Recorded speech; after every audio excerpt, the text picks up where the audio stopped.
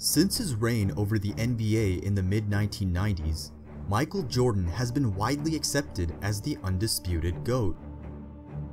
Now, there have been many that came close to matching his greatness, those who are still chasing his shadow, and of course those who were great in their own right, but never actually held a candle to MJ.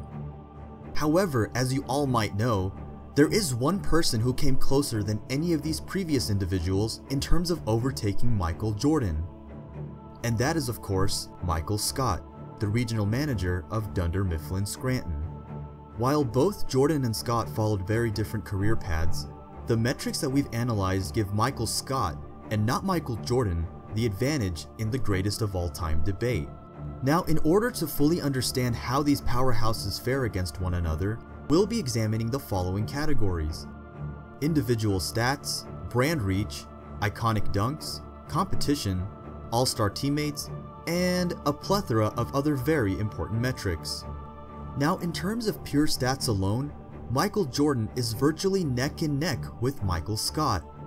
In his illustrious career, Michael Jordan played for the Chicago Bulls for 13 seasons. Michael Scott, on the other hand, was on the office for only 7 seasons. Jordan averaged over 30 points per game over the course of his career. Michael Scott averaged 27.5 email forwards every week of his career. Michael Jordan made the NBA All-Star team 14 times, while Michael Scott was top salesman only twice. And of course, Jordan's most impressive stat are his championship rings, which total at 6. Michael Scott, however, has 17 Dundie Awards, giving him the edge in this particular category. Including his time with the Wizards and as a baseball player, Michael Jordan's professional career lasted about 17 years. Michael Scott was with Dunder Mifflin for 19 years. That's 9,986,000 minutes. Someone sat down and did the math. As is apparent from this head-to-head comparison, no clear-cut winner can be determined from this assessment alone. Jordan played longer for the Bulls and averaged more points, but Michael Scott more than made up for that with his Dundie Awards and total minutes worked. In the case of brand outreach, Jordan has Michael Scott beat out at almost every turn. The Jordan brand is worth over $1 billion and currently sells its products in over 40 different countries. Michael Scott does, however, make a strong case for himself with the Michael Scott Paper Company, a brand that many don't know sold for much more than The Office led us to believe. You may recall in Season 5, the Michael Scott Paper Company was sold to Dunder Mifflin in exchange for 3 salaries plus health benefits. However, one little known fact that most people overlooked is that this deal included dental coverage for both Michael and Pam, making the deal much more lucrative and giving it a puncher's chance against the Jordan brand. So while the Jordan brand has a global presence and is worth over 9 figures, the Michael Scott Paper Company had the potential to overtake it in value. When it comes to iconic dunks, Michael Jordan wins by default as he was a 2-time dunk contest champion. He was even the first NBA player to dunk from the free throw line in a regular season game. Michael Scott, much like LeBron James, has no such accolades to accompany his ability to throw it down. In fact, Michael Scott has dunked on camera only once, and that was on a 6-foot rim. So when it comes to dunks, the advantage clearly goes to Jordan. Now, in terms of all-star teammates, Michael Jordan, unlike Michael Scott, had his fair share of assistance over his career. While Jordan held his own on the court and in the clutch, his postseason success didn't come without help. Jordan was accompanied by all-star teammate Scottie Pippen for 8 years and Dennis Rodman for 3. With the help of these talented teammates, Jordan was able to pull off 6 championships. Michael Scott, on the other hand, never had this kind of help in his career. Aside from a 4-month period in which Jim Halpert was co-regional manager, Michael Scott was a one-man show at Dunder Mifflin's Scranton branch. And unlike Michael Jordan, Michael Scott never needed an all-star co-worker to win his 17 Dundie Awards. So when it comes to all-star teammates, Michael Scott did much more with much less.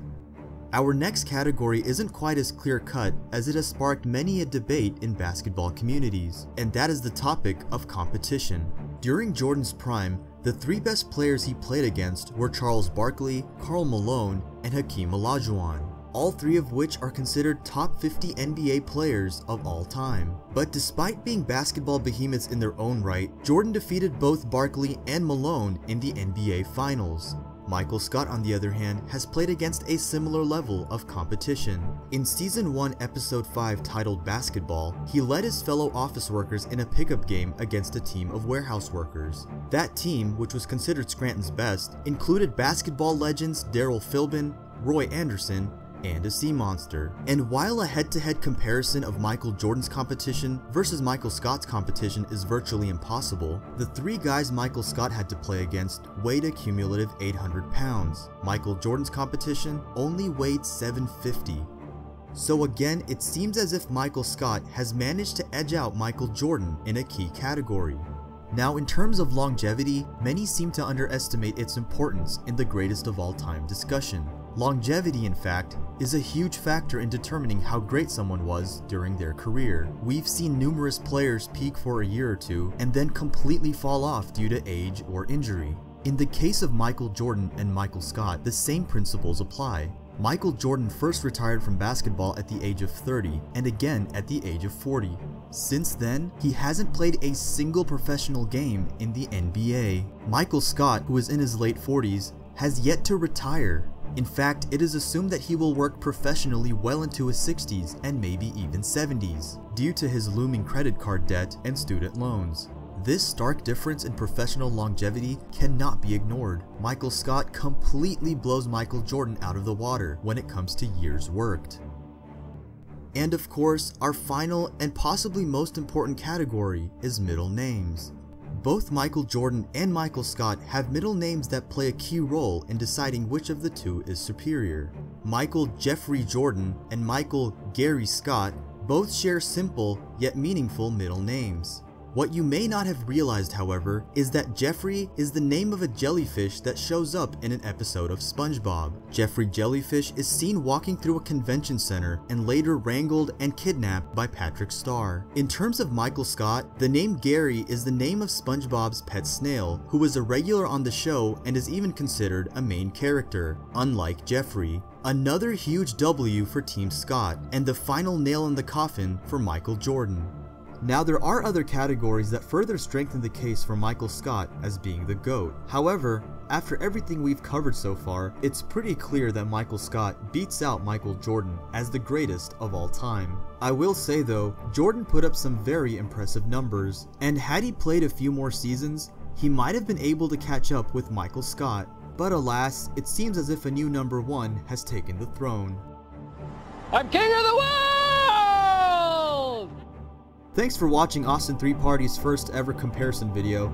If you enjoyed our content, please make sure to like, share, and subscribe so you don't miss out on our next comparison video, in which we put Dwight K. Schrute against Prince Vegeta.